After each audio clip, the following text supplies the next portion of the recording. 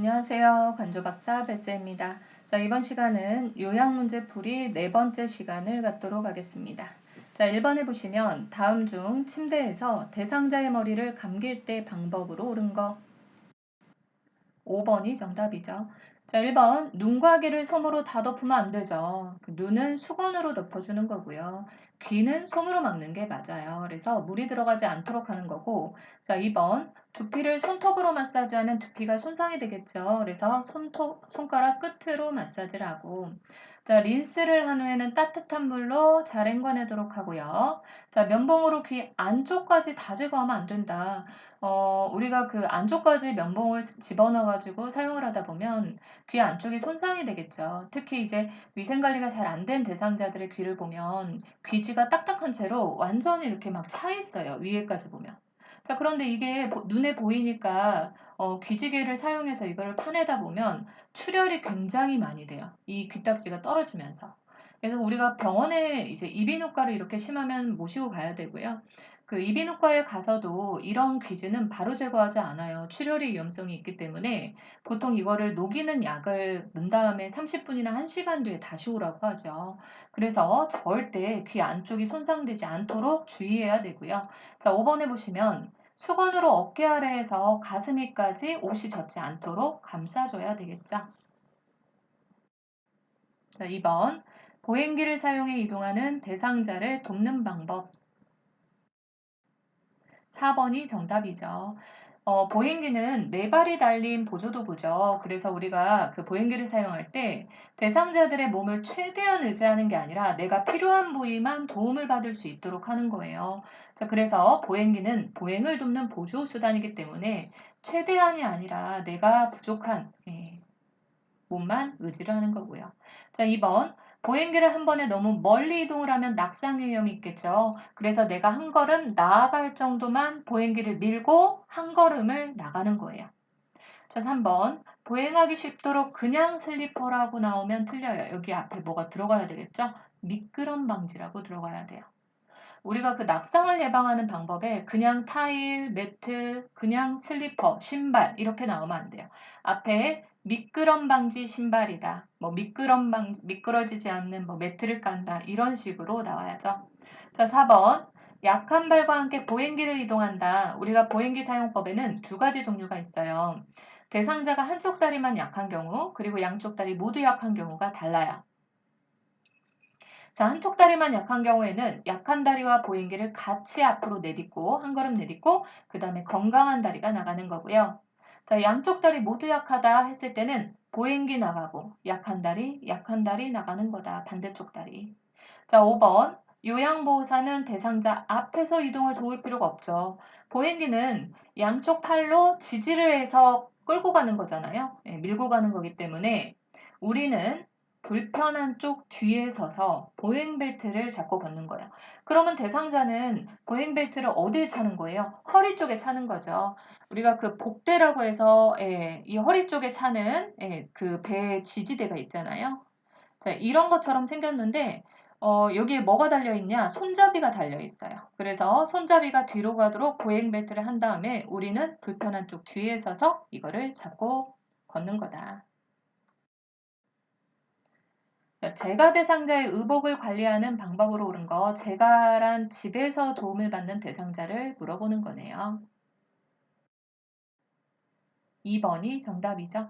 자, 1번 보시면 새로 구입한 의류는 세탁 후 입어야죠. 안에 이물질이나 이런 것들이 묻어 있을 수 있으니까. 자, 2번. 옷의 용도와 종류별로 분류해서 수납을 한다. 속옷은 속옷끼리, 외출복은 외출복끼리 이렇게 분류해서 수납을 해야 되고요.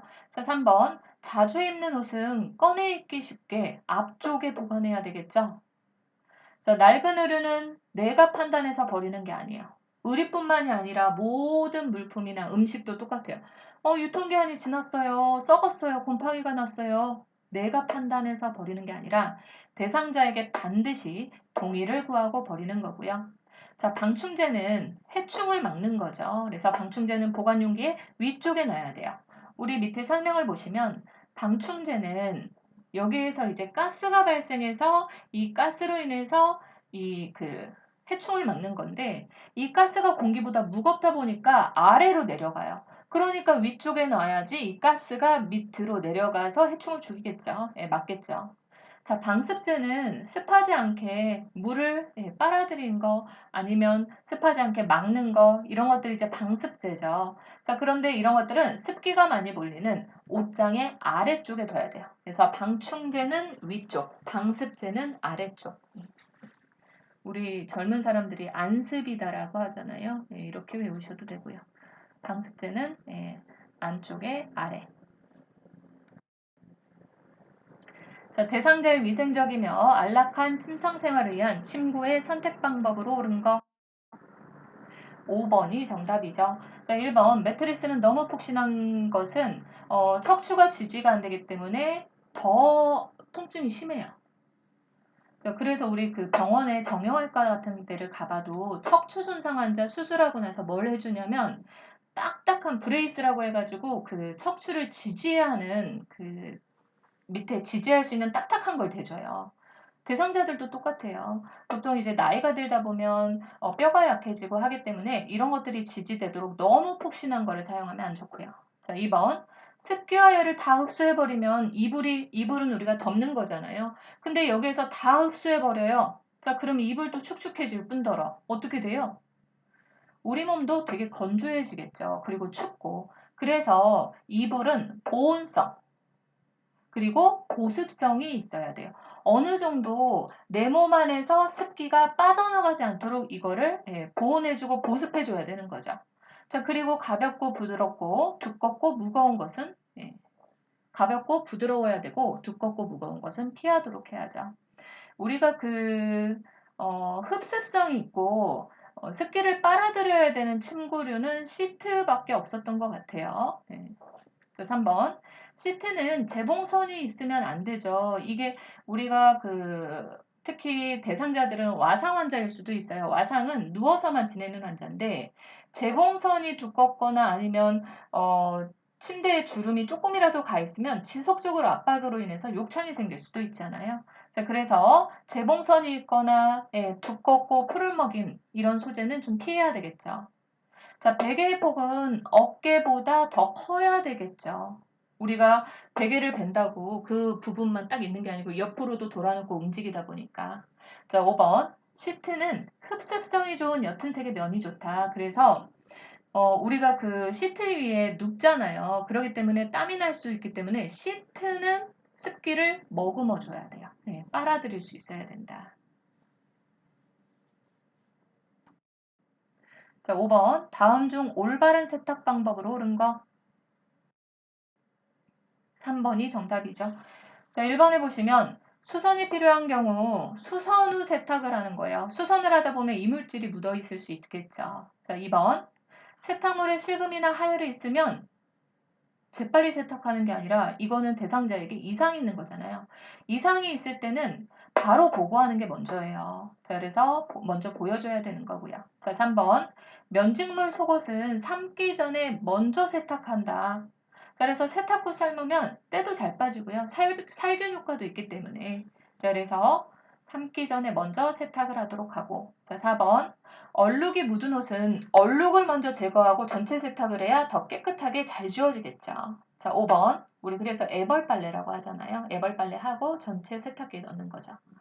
자, 혈흔이 묻은 옷, 우리가 피가 묻거나 점액이 묻은 건요. 점액이나 혈액은 단백질 덩어리로 돼 있어요. 그런데 이게 뜨거운 물에 먼저 담근다. 혈액이 응고돼 버려요. 그래서 혈액이나 체액이 묻은 것들은 찬물로 먼저 닦고 더운 물로 헹구는 거다고 알고 계시면 돼요. 더운 물이 먼저다. 아니, 찬물이 먼저다. 자, 6번. 편마비 대상자가 지팡이를 이용해서 계단을 내려갈 때 순서로 옳은 거 2번이 정답이죠. 계속해서 이 지팡이 문제가 많이 나오다 보니까 예전에는 어떤 식으로도 문제가 나왔었냐면 버스를 오를 때 지팡이를 이용해서 순서로 오른 거. 버스를 오를 때는 계단 오르기나 똑같은 거고요. 버스 내려갈 때는 계단 내려가는 거나 똑같은 거예요. 말을 약간씩 바꿔서 내는 경우도 있어요. 자, 그래서 밑에 설명을 먼저 보시면 계단을 오를 때는 직엄마예요. 항상 지팡이는 지팡이가 먼저 나가고요. 그리고 윗계단에는 항상 건강한 다리가 지탱을 하고 있어야 돼요. 그리고 마비된 다리는 그냥 끌어올려주는 거예요. 자, 그리고 계단을 내려갈 때와 평지 이동 시 방법은 똑같아요. 그래서 항상 지팡이가 먼저 움직인다. 그래서 지팡이가 내려가고 윗계단에는 어떤 다리가 지탱하고 있어야 된다고요? 건강한 다리가 지탱을 하고 있어야 되니까 마비된 다리가 먼저 내려가는 거예요. 만약에 윗계단에 마비된 다리가 남아있으면 건강한 다리 내려가다가 넘어지겠죠. 지탱이 안 되니까. 자, 그래서 계단을 내려갈 때와 평지보행시는 똑같은데 지막원이다. 이렇게 이해하는 것도 힘드시면 윗계단에 항상 건강한 다리가 있어야 되는데 이게 이해가 힘들다. 그러면 그냥 계단을 오를 때만 외우세요. 그러면 계단 내려갈 때와 평지보행은 반대니까. 그래서 계단 오를 때 지것만.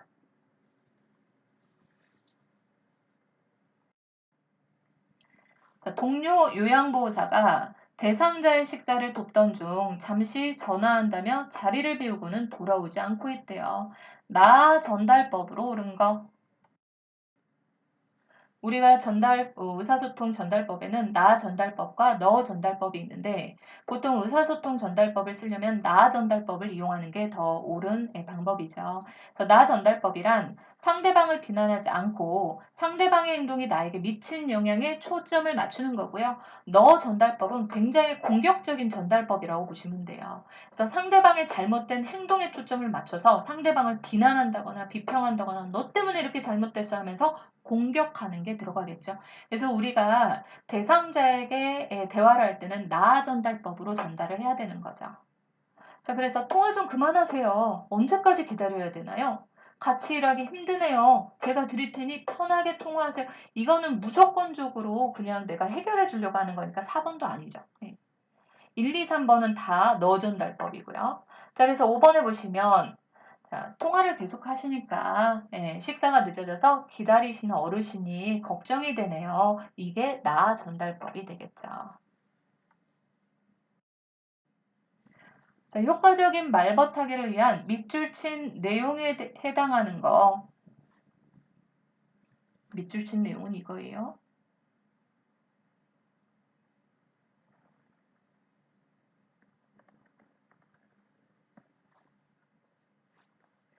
자, 대상자가 아유, 우리 영감이 돌아가신 후에 도둑이 들까 겁도 나고 무서워. 늘 문단속을 해줬거든. 아, 할아버지가 자상한 분이셨네요. 자상한 분이셨군요. 어떤 거예요? 5번이 정답이죠. 자, 우리가 이렇게 대화를 할 때 뭔가 상대방의 기분을 아니면 이런 상황을 이해하고 나도 공감한다. 이런 것들이 이제 감정 공감이죠. 그래서 대상자가 느끼는 감정을 있는 그대로 이해하고 존중해 주는 게 공감이라고 보시면 돼요. 그래서 밑에 설명에 집어넣어놨죠. 두 가지.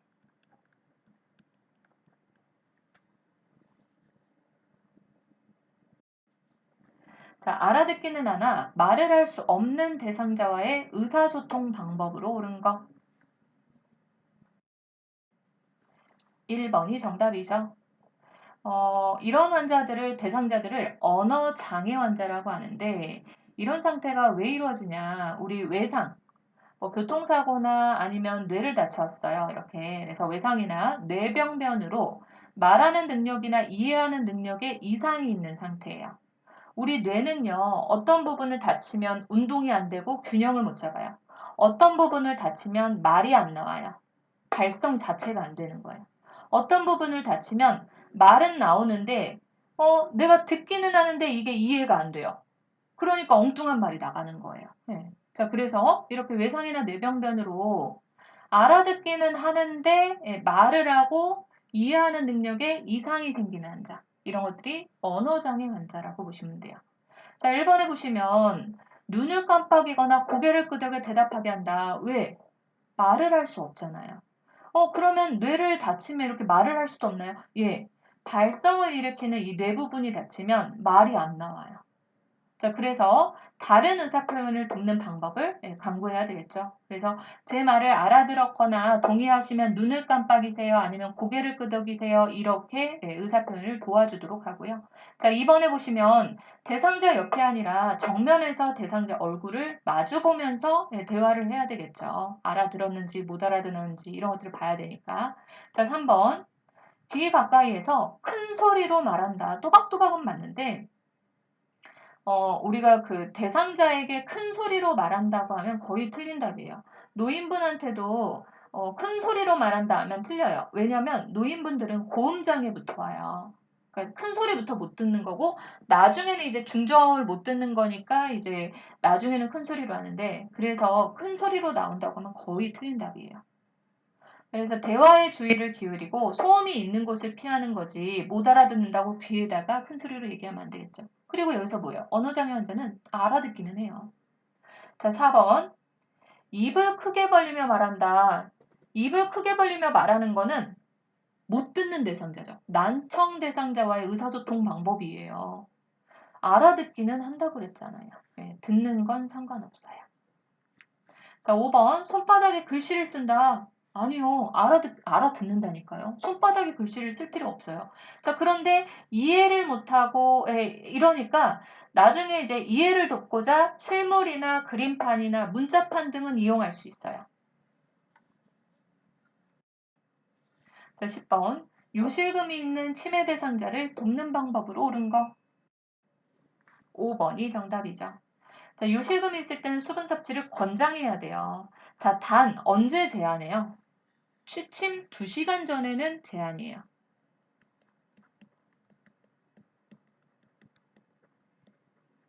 우리가 취침 전에 물을 마시면 이것 때문에 소변 마려우니까 계속 깨게 되잖아요. 그럼 더 심해져요.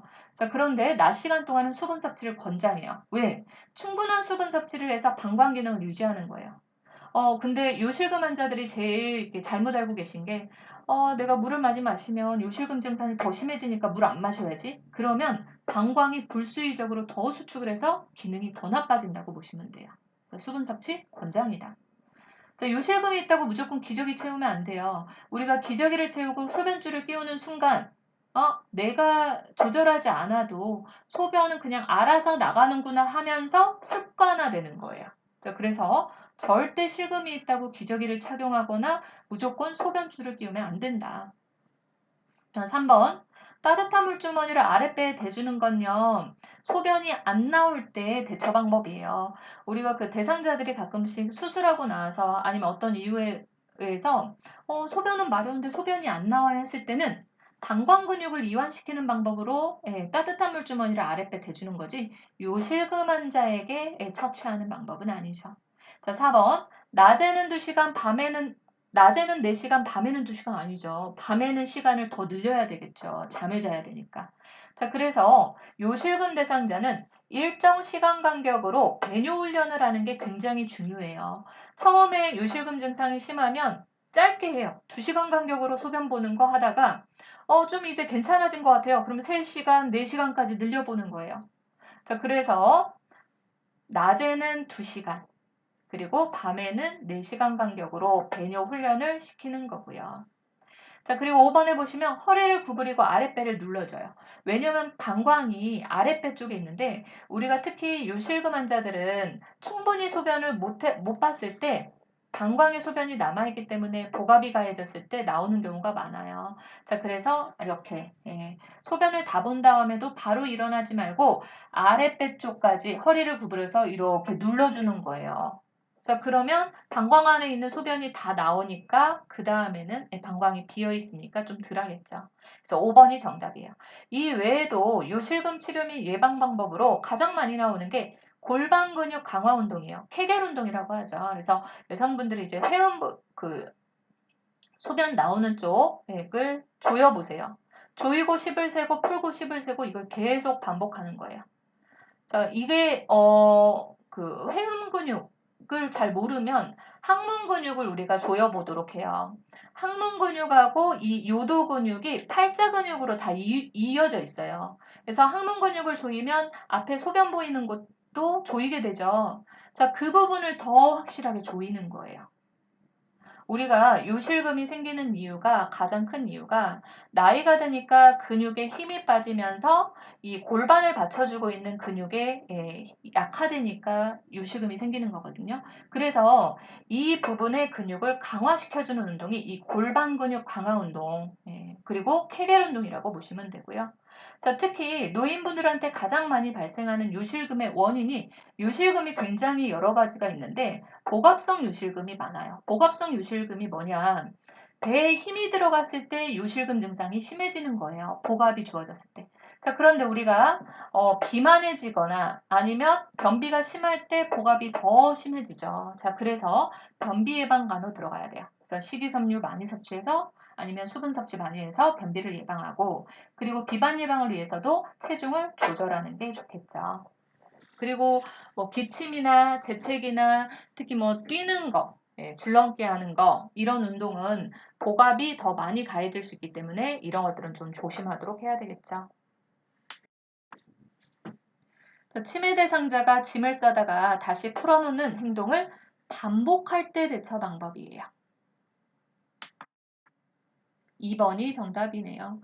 자, 우리가 반복 질문이나 이걸 먼저 볼까요? 반복 질문이나 반복 행동 시에는 관심을 다른 것으로 돌리는데 억지로 뭔가를 하지 말려고 하거나 고치려고 하는 거 중단시키는 거는 안 돼요.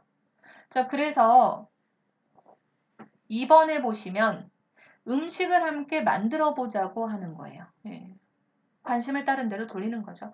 아니면 이 외에도 크게 손뼉을 치는 등 관심을 바꾸는 소음을 내거나 치매 대상자가 좋아하는 음식을 준다, 아니면 좋아하는 노래를 함께 부른다, 아니면 치매 대상자들은 옛날 과거 기억은 오랫동안 남아있잖아요. 그래서 과거의 경험이나 고향에 관련된 이야기를 나누기도 하고, 아니면 단순 일거리, 콩 고르는 거, 나물 다듬는 거, 빨래 개는 거, 이런 단순 일거리를 제공하는 거죠. 시설에서 체험 프로그램으로 송편 만들기를 하던 중 치매 대상자가 잘 따라오지 못할 때 요양보호사의 대처 방법으로 옳은 거. 따라오기가 힘들겠죠. 3번이 정답이네요. 1번에 보시면 뭔가를 설명할 때 한꺼번에 설명을 하면 잘 몰라요. 그래서 한 번에 한 가지씩 설명을 하고 한 번에 한 가지만 설명하고 기다려줬다가 다른 걸 또 진행하는 거죠. 2번 그냥 두고 진행하면 안 돼요. 대상자가 이해할 수 있는 언어로 설명을 하고요. 3번 못 알아들었으면 반복하고 천천히 시범을 보이도록 하고 그렇다고 프로그램에서 제외시키는 것도 안 되죠. 다른 방법을 시도해 봐야 되는 거고요. 그리고 그렇다고 요양보호사가 전적으로 다 만들어주는 것도 안 돼요. 우리가 이런 그 체험을 하는 거는 독립적으로 뭔가를 할 수 있도록 조작이나 손가락 조작이나 아니면 뇌를 사용하거나 이런 것들을 도와주기 위해서 이런 프로그램을 진행하는 거기 때문에 다 만들어주면 안 되는 거예요. 13번 치매 대상자가 밤중에 바지의 허리 부분을 움켜잡고 이리저리 배회할 때 돕는 방법으로 옳은 거. 치매 대상자는 4번이 정답이죠. 우리가 치매 대상자가 바지 허리 부분을 움켜잡고 배회하고 그리고 이거를 막 내리려고 했을 때 성적인 행동일 수도 있지만 거의 대부분은 대소변인 경우가 많아요. 왜 그러냐? 내가 이거를 어떻게 말하고 어디를 가야 되는지 기억을 못하는 거예요. 치매 대상자이기 때문에. 그래서 우선은 의복으로 인한 불편감이 이런 것들을 표현했을 때는 대소변을 보고 싶은 욕구가 있는지 먼저 확인하고 도와주는 거예요. 그래서 4번이 정답이 되는 거죠. 선생님 이거 배회 문제 아니었어요? 근데 배회보다는 의복으로 인한 불편감은 이런 대소변 욕구가 있는지 먼저 확인을 하고 도와주는 거다. 이게 아니면 진짜 배회 증상일 수 있는 거죠. 그 다음에는 14번 운동 프로그램에 참여하고 있는 치매 대상자가 동료 노인에게 부적절한 성적 행동을 할 때 대처 방법으로 옳은 거. 3번 조용히 자리를 옮겨주는 거죠. 우리가 치매 대상자가 이제 가끔씩 성적인 행동을 보이기도 하는데 이런 것들을 비난하거나 꾸짖거나 뭐 화를 내거나 해서는 안 되죠. 뭐 식사를 주지 않는 이런 체벌이나 마찬가지잖아요. 이런 걸 해서도 안 되고요. 그냥 조용히 자리를 옮겨주거나 아니면 5번에 보시면 좋아하는 물건을 주면 안 되죠. 우리가 부적절한 행동을 했는데 좋아하는 물건을 준다는 건 이거 괜찮은 행동인가 보네 하고 또 할 수 있잖아요. 그래서 이런 행동을 멈추지 않으면 좋아하는 것을 가져간다고 경고를 하는 거죠. 치매 대상자가 해질녘이 되면 혼란해지고 불안정한 증상을 보일 때 대처 방법으로 옳은 거 4번이 정답이네요. 우리 밑에 설명을 먼저 보시면요. 이 증상은 석양증후군이라고 해서 낮 동안은 괜찮다가 꼭 해질녘이 되면 더욱 혼란해지고 불안해서 의심 및 우울 증상이 더 심해지는 거예요. 밤이 됐을 때, 석양이 나타났을 때 나타나는 징후다 해서 석양증후군이라고 하는 거죠.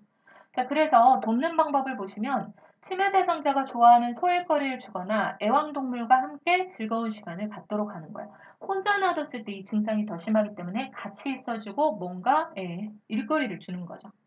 자, 그리고 대상자를 밖으로 데려가 같이 산책시켜요. 자, 그리고 따뜻한 음료수나 등 마사지. 등 마사지는 이완요법으로 굉장히 많이 이용되죠. 음악 듣기 등이 잠자는 데 또 도움이 될 수 있어요. 자, 그래서 1번에 보시면 대상자를 혼자 있게 해두면 안 돼요.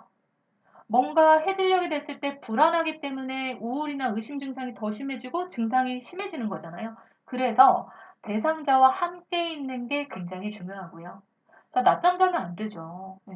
그러면 밤에 더 안 자니까 증상이 더 심해지잖아요. 그래서 낮 시간 동안에는 활동을 하게 하고, 자, 그리고 조명은 밝게 해줘요. 불안하니까. 그리고 평소에 즐겨보던 TV 프로그램 이런 것들 보여줘도 되고요. 가족들과 통화하게 하면 안 되죠. 왜냐면 우울해지는데 밤마다 이런 증상이 나타난다고 통화시켜주면 안 되겠죠. 자, 치매 대상자가 흥분해 갑자기 난폭한 행동을 보일 때 대처 방법으로 옳은 거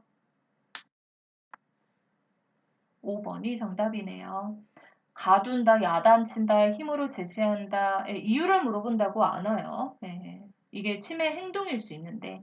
그래서 5번에 보시면 안정된 태도로 나는 당신을 이해한다는 표현을 하는 거예요. 자, 그래서 이 외에도 돕는 방법을 보시면 질문하거나 일을 시키는 등의 자극을 주지 말고 그냥 조용한 장소에서 쉬게 하도록 하고요. 그리고 안정된 태도로 움직이고 그리고 일상적인 생활에 대해서 반복 설명하고 자, 내가 뭔가를 이제 신체를 만지거나 할 때는 제가 이거를 옷을 갈아입혀 드리려고 단추를 푸르는 거 이런 것들을 이제 행동을 말로 표현해 주는 거예요. 자, 그리고 구속이 불가피한 경우를 제외하고는 신체적 구속은 사용하지 않아요. 자, 치매 대상자가 과자 봉지를 빼앗기지 않으려고 입에 물고 안 줄 때 대처 방법으로 옳은 거. 치매 대상자가 이런 위험한 물건이나 부적절한 이런 물건 같은 거를 빼앗기지 않으려고 하면요. 평소 좋아하는 간식과 교환해 주는 거죠. 그래서 5번이 정답이 되겠네요. 대상자가 좋아하는 간식과 교환하도록 한다. 자, 말기암 대상자가 자신의 근심과 슬픔을 감추고 울면서 혼자 있고 싶어 할 때 요양보호사의 올바른 태도로 옳은 거. 5번이 정답이죠. 우리가 그 임종 적응 단계를 보시면 호스피스 환자라고 하죠. 이제 호스피스 환자는요. 무조건 뭐 암 말기 환자라고 해서 호스피스 환자가 아닌 거고 의사가 진단을 해서 한 달밖에 못 살 것 같아요. 그래서 그 삶이 한 달 정도밖에 못 남은 환자분들을 이제 호스피스 병동에 입원을 시키는 건데 이런 암 환자들의 임종 적응 단계를 보시면 딱 이 5단계로 나뉘어요. 처음에 암을 진단받으면 부정을 해요. 내가 암일 리 없어. 여기 병원에서 오진한 걸 거야. 그래서 부정해요. 다른 병원을 또 가봐요. 근데 다른 병원에서도 암이래요. 그러면 이제 분노가 나타나기 시작하는 거예요. 나 그렇게 나쁜 짓도 안 했고 나보다 나쁜 놈들이 저렇게 많은데 왜 하필 내가 암이야? 그러면서 주위 가족이나 만약에 이분이 종교를 갖고 있으면 종교인들, 뭐 의료진에까지 막 화를 내죠. 자, 그리고 어느 정도 이제 좀 지나면 타협이 나타나요. 내가 그동안 이렇게 그 예전에 그런 잘못을 해가지고 내가 벌을 받고 있는 거구나. 제발 제 벌은 제가 받을 테니까 우리 딸 고등학교 졸업만 시켜주고 죽게 해주세요. 이런 타협이 일어나요. 자, 그리고 우리 18번에 나오는 포기. 우울 단계가 나요. 이제 포기를 하는 거죠. 자, 그리고 마지막 단계가 수용이에요. 이 수용 단계는 어느 정도까지 수용이 되냐면, 나 죽으면 니네 엄마 같이 모시고 살거나 아니면 나 땅에 묻지 말고 니네 엄마가 맨날 우니까 화장시켜줘. 이런 수용 단계까지 나타나는 거예요. 그러면 호스피스 환자분들은 거의 다 똑같나요? 예. 이 단계를 거의 다 거치신다고 보시면 돼요. 자, 그래서 지금 나오는 거는 대상자가 자신의 근심과 슬픔을 감추고 울면서 혼자 있고 싶어 할 때, 우울 단계잖아요. 올바른 태도로 오른 거. 뭔가 계속, 우울한데 함께 외출할 필요는 없고요. 그렇다고 계속 말을 시키는 것도 위로가 되지 않아요. 살 수 있는 희망? 이런 거, 하면 안 돼요. 마지막 정리를 내가 지금 도와줄 필요는 없죠. 자, 그래서 손을 잡아주면 그냥 옆에 있어주는 거예요. 그래서 우울한 단계에서는 뭔가 내가 말을 많이 하려고 하면 대상자는 더 힘들어져요. 그래서 대상자가 자신의 감정을 표현하도록 돕고요. 나는 들어주는 입장이 되는 거예요. 자, 그리고 말보다는 어떤 때는 손동작이나 이런 접촉이 필요할 수도 있고요. 대상자는 자기와 같이 느끼고 슬퍼하고 자기 곁에 있어줄 사람이 필요한 거예요. 내 이야기를 들어주고 내 감정을 표출할 대상자가 필요한 거죠. 그래서 우리는 옆에 같이 있어주고 얘기를 들어주는 게 가장 중요하다고 보시면 돼요. 자, 대상자의 목욕 돕기 방법으로 옳은 거 5번이 정답이네요. 자, 혈압약을 목욕 직전에 하잖아요. 혈압약은 혈압을 떨어뜨려 주는 거죠. 거의 대부분 작용이 어떻게 일어나냐? 혈관을 이완시켜요. 그런데 우리 목욕할 때 따뜻한 물에 하잖아요. 그러면 이것도 혈관을 이완하죠. 혈압이 뚝 떨어질 수 있어요. 자, 2번. 순서가 틀렸죠? 다리, 팔, 몸통, 회음부 순이고요. 자, 그리고 3번. 열이 나는 대상자는 따뜻한 물에 하면 열이 더 나겠죠. 그래서 미지근한 물에 입욕시켜요. 자, 4번. 대상자가 욕조에 들어간 다음 물을 받으면 안 돼요. 왜냐면 우리 어떤 데는 순간 온수기를 사용하는 것이 있어요. 그러면 내가 처음에 따뜻한 물을 이렇게 온도를 맞췄다가도 중간에 갑자기 뜨거운 물이 나와가지고 화상을 입는 경우가 있어요. 그래서 항상 물을 받은 후 욕조에 들어가는 거예요. 예전에 병원에 있을 때 그 샤워기를 통해서 샤워를 틀어놓고 전신마비 환자를 씻겨줬는데 전신마비니까 감각이 없잖아요. 근데 목욕 후에 닦으려고 보니까 온몸이 빨개지고 피부가 벗겨져 있는 거예요. 뭐요? 말을 못하니까 감각도 안 느껴지고. 그래서 화상을 입었어요. 그래서 절대 샤워기를 사용하라고도 안 해요. 병원에서는 만약에 통목욕이 안 되면 물을 이렇게 씻겨줘야 되잖아요. 통에 물을 받아가지고 바가지로 이렇게 부어서 씻도록 해야 돼요. 그래서 절대 물을 받아놓고 사용하는 거다 알고 계시면 돼요. 자, 5번. 목욕 시간은 2, 30분 이내로 해요. 우리가 30분이 넘어가 버리잖아요. 그러면 반대작용이 나타나서 혈관이 수축되고 그리고 추워할 수 있죠. 그래서 2, 30분 이내로 한다 알고 계시면 돼요. 자, 제가 서비스 방문 시 방에 쓰러져 있는 대상자를 발견했을 때 가장 먼저 해야 될 일은 1번이죠. 우리가 심폐소생술 이런 상황이 뉴스 같은 데서도 가장 많이 나오잖아요. 그래서 의식 확인, 반응을 확인하는 거예요. 여보세요? 정신 차려보세요. 제 얘기 들리세요? 반응을 확인하고 반응이 없어요. 자, 그러면 5번에 보시면 119에 먼저 신고를 하고요. 도움이 집이니까 도움을 줄 사람이 없겠네요. 만약에 주위에 이제 바깥 상황이다. 그러면 다른 사람한테 부탁을 하는 거예요. 자, 당신 119에 신고해 주시고요. 당신은 제세동기 갖다 주세요. 이렇게. 자, 그리고 가슴 압박부터 시행을 해요. 심장이 멈춰서 뇌에 혈액 공급이 안 되잖아요. 뇌에 혈액 공급이 안 돼서 산소 공급이 안 되면 5분 이상 지연 시 뇌사 상태에 빠져버려요. 그래서 빨리 가슴 압박부터 해줘서 뇌로 혈액 공급을 해줘야 되는 거예요. 자, 그래서 가슴 압박 시행하고 그 다음 기도 유지한 다음 인공호흡을 하는 거다. 그래서 이런 심폐소생술은 어떤 대상자에게 하는 거냐? 심장이 뛰지 않고 호흡을 하지 않는 대상자에게 인공적으로 혈액을 순환시켜 뇌의 손상을 지연시키고 심장이 마비된 상태로부터 회복하도록 돕는 행위래요. 이게 우리가 그 대중매체에서 계속 이런 교육들이 나가고 있는 이유가 뭐냐면 연구를 진행을 했는데 심폐소생술을 할 상황이 어디에서 가장 많이 발생했냐? 집에서 가장 많이 발생했어요. 밖에서 발생을 하면 빨리 보는 사람이 많으니까 신고하고 처치가 들어가는데 집에서 발생했을 때는 가족밖에 없잖아요. 그러면 가족이 심폐소생술을 해서 빨리 살려내야 돼요. 그렇기 때문에 대중매체에서 이 교육이 엄청 많이 들어가요. 그래서 우리나라 사람들은 거의 대부분 내가 직접 해보진 않았어도 방법은 다 알고 있잖아요. 네.